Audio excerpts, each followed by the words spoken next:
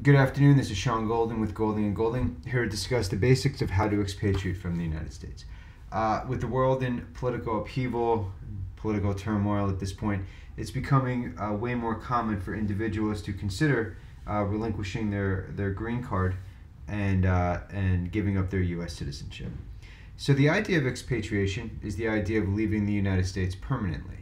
Doesn't mean you can never come back, but the act of expatriation is the act of formally relinquishing or renouncing U.S. status. So there's basically three categories of individuals who are considered U.S. persons, but not all of them necessarily have to formally expatriate.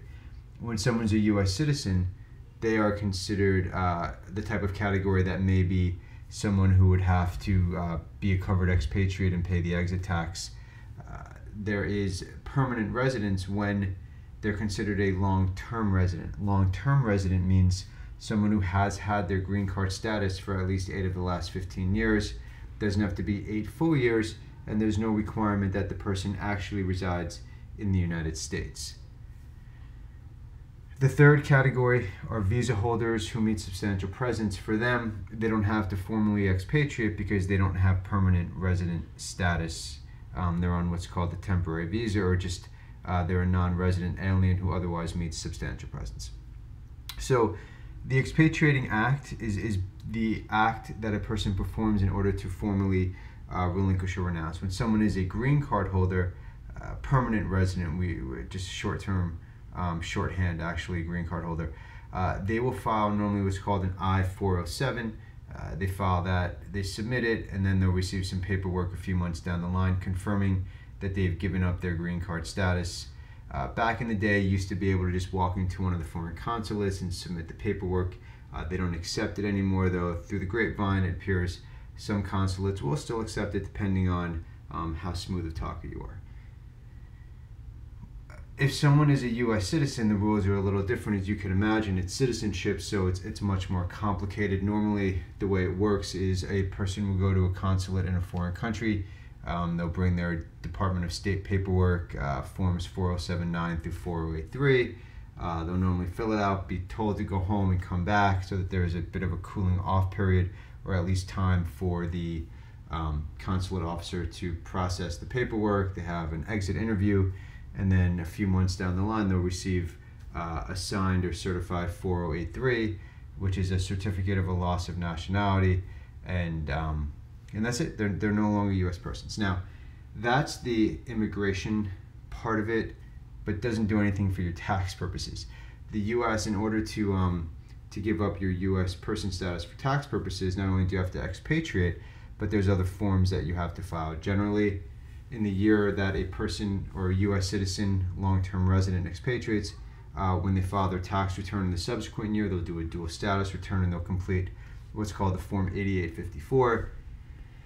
The 8854 is the initial and annual expatriation statement, breaking down assets, liabilities, and whether they meet the covered expatriate status. If they do meet covered expatriate and they're not covered by one of the exceptions or exclusions, then they have to perform an exit tax calculation to determine whether or not they'll owe any exit tax. It's pretty complicated. You use a mark-to-market analysis. You have deemed distributions, certain exclusion amount that you can apply.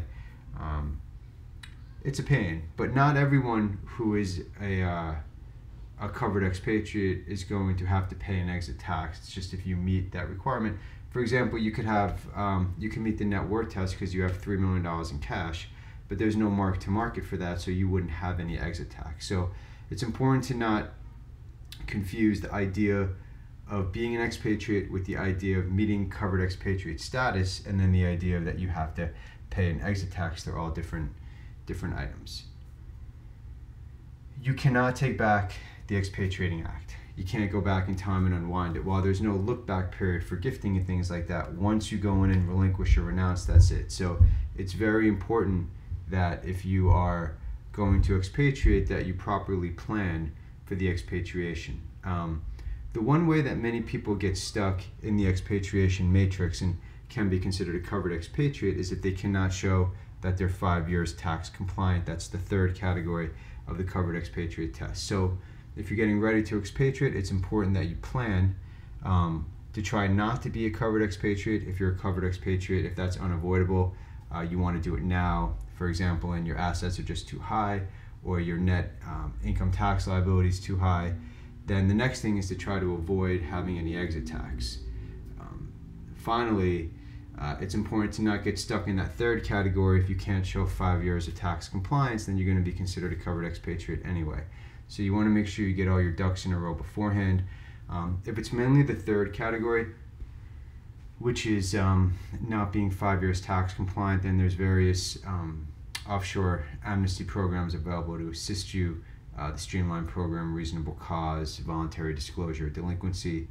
We have lots of free information available on our main website, goldinglawyers.com, and our sub-website dedicated exclusively to expatriation, expatriationattorneys.com. You can always reach out and schedule a reduced fee initial consultation if you think it's appropriate. Again, my name is Sean Golding with Golding & Golding. Thank you for your time. Enjoy the rest of your day.